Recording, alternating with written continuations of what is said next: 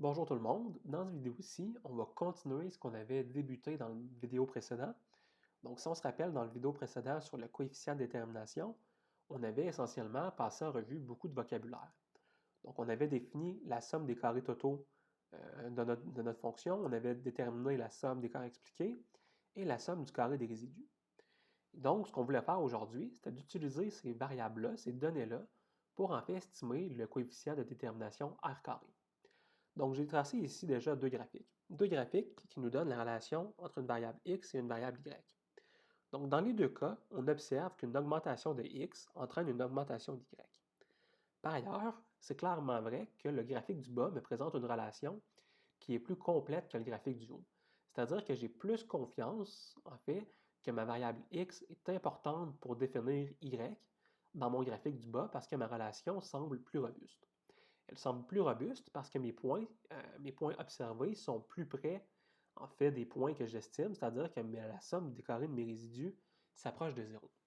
Et donc, ce qu'on va faire ensemble aujourd'hui, c'est de créer un indice, de créer une formule, le coefficient de détermination R carré, qui nous permet effectivement de calculer, à savoir est-ce que oui ou non, ma droite linéaire, mon estimation est bonne ou mauvaise dans l'explication de ma variable y. Et donc, cette formule-là, on va commencer par se l'écrire et ensuite on va se l'expliquer.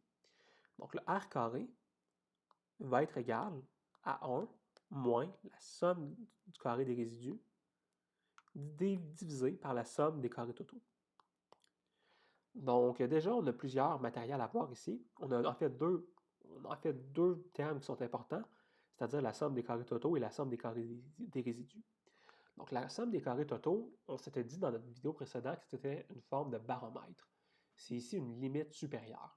Donc dans un modèle qui explique rien, la somme des carrés des résidus va être égale à la somme des carrés totaux. À la somme des carrés totaux. Donc si j'explique rien, eh bien mon modèle linéaire va avoir en fait le même effet que d'avoir une somme des carrés des résidus qui est nulle. Et ça, essentiellement, ce que ça veut dire, c'est que mon modèle n'explique absolument rien. Donc, je n'ai pas été capable de mieux performer que mon baromètre. Donc, si ma somme des carrés totaux est égale à la somme du carré de mes résidus, je vais avoir que ce terme-là ici, hein, ma division, SCR par rapport à SCT, va être égal à 1. Et donc, ça implique que mon R carré va être égal à 0. Donc, ça, on aurait ça si j'avais un nuage de points où il est impossible de tracer une droite linéaire qui explique bien mes données. Donc, ça, c'est le premier scénario. C'est ce qu'on appelle une limite supérieure. Donc, c'est impossible que la somme de mes carrés de résidus soit supérieure à la somme de mes carrés totaux. C'est juste mathématiquement impossible. Donc, ça, c'est le premier contexte qu'on a. Deuxième contexte, en fait, deuxième terme important, deuxième limite, c'est la somme des carrés est égale à 0. Donc ça, c'est la limite inférieure. Dans le meilleur des cas, dans le cas que j'ai représenté ici par exemple, la somme des carrés des résidus est environ égale à 0. Donc qu'est-ce qui se passe quand la somme de mes carrés des résidus est environ égale à 0?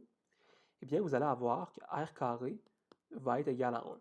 Ça va être égal à 1 parce que ma formule va devenir 1 moins 0 divisé par la somme des carrés totaux. Donc, ce terme-là au grand complet va être égal à 0 et ça me laisse donc forcément que R carré est égal à 1. Et donc, ça, c'est la formule qu'on vient de voir. On a donc un résultat ici général. R carré, donc carré, R carré va être plus grand que 0. Donc, ça, c'est la limite inférieure. Hein? La limite inférieure lorsque la somme des carrés des résidus est égale à la somme des carrés totaux. Et vous allez avoir que la valeur maximum de R carré va être égale à 1. Donc, va être égal à 1, ça c'est si on a une relation parfaitement linéaire. Donc, si j'ai une relation parfaitement linéaire, vous allez avoir que R carré va être égal à 1 moins 0 sur la somme des carrés totaux.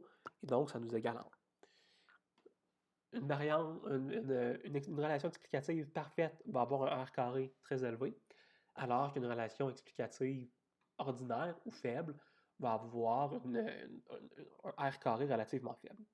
Donc, notez ici, fait important, est-ce que parce que mon R carré est faible, est-ce que ça veut dire que mon modèle de régression n'est pas bon?